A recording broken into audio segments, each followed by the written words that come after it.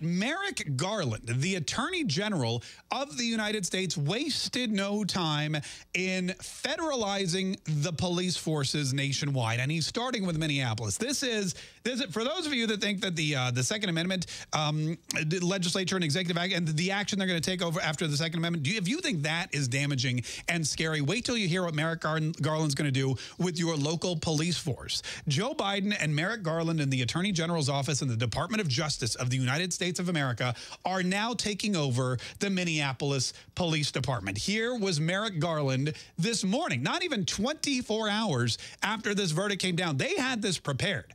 This thing was in the works. They were waiting for the verdict. They were waiting for the news cycle to go through. And the first thing they did this morning was come out and make this announcement. I'm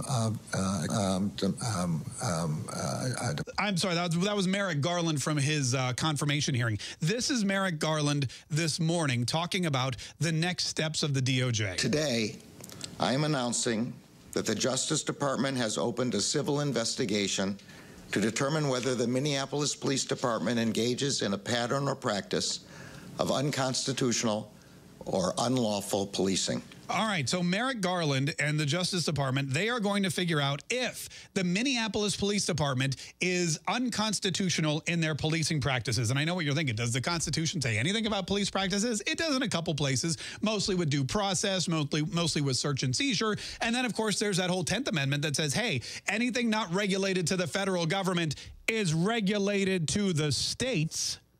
But Joe Biden and Merrick Garland and the rest of the Democrats, they don't care about states' rights. They want a big, bold, bad, all-powerful, all-knowing federal government, and they're not going to get that unless they can federalize the police departments. So that's what they're doing. Now, this is dangerous, and this is, in my opinion, totally unnecessary, because Merrick Garland and Joe Biden, they want to investigate the Minneapolis Police Department when, in everybody's mind, at least the way I hear them tell it, justice was served, right? I mean, think about this. The system in this case worked the way it was supposed to. Derek Chauvin's a cop. He goes out. He uses extreme force. He uses force that a lot of people said was not necessary. He shows very little concern for human life in apprehending the suspect. He kills the guy. He creates this national outrage. None of the cohorts that are around him stop him. The case goes to court. He gets put on trial, and he gets found guilty, guilty, guilty, and he will now most likely die in a prison cell. So the system worked. The guy who everyone said was a bad cop is now a criminal. He's now a convict. He was found guilty of the crime that everybody said he committed. Why then does the Justice Department now have to go in and investigate? If anything, they should say, wow, look at what's going on in Minneapolis. The system works. Criminals, whether they're police officers or not, are brought to justice. But that's not what this is all about. This effort will be staffed by experienced attorneys and other personnel from the Justice Department's Civil Rights Division and the U.S. Attorney's Office for the District of Minnesota. This is where it gets interesting. These civil rights attorneys in the Department of Justice will now be overseeing the Minneapolis Police Department. Whose side do you think they're going to be on? Whose side? You want to talk about an unfair trial. Whose side do you think that the Democrat civil rights attorneys who are being shipped from Washington, D.C., by Merrick Garland and Joe Biden to Minnesota to investigate a police department that just hours ago their boss said was systemically racist? Who do you think they're going to side with? Do you think that the Minnesota Police Department's going to get, or the Minneapolis Police Department's going to get a fair trial by these civil rights attorneys?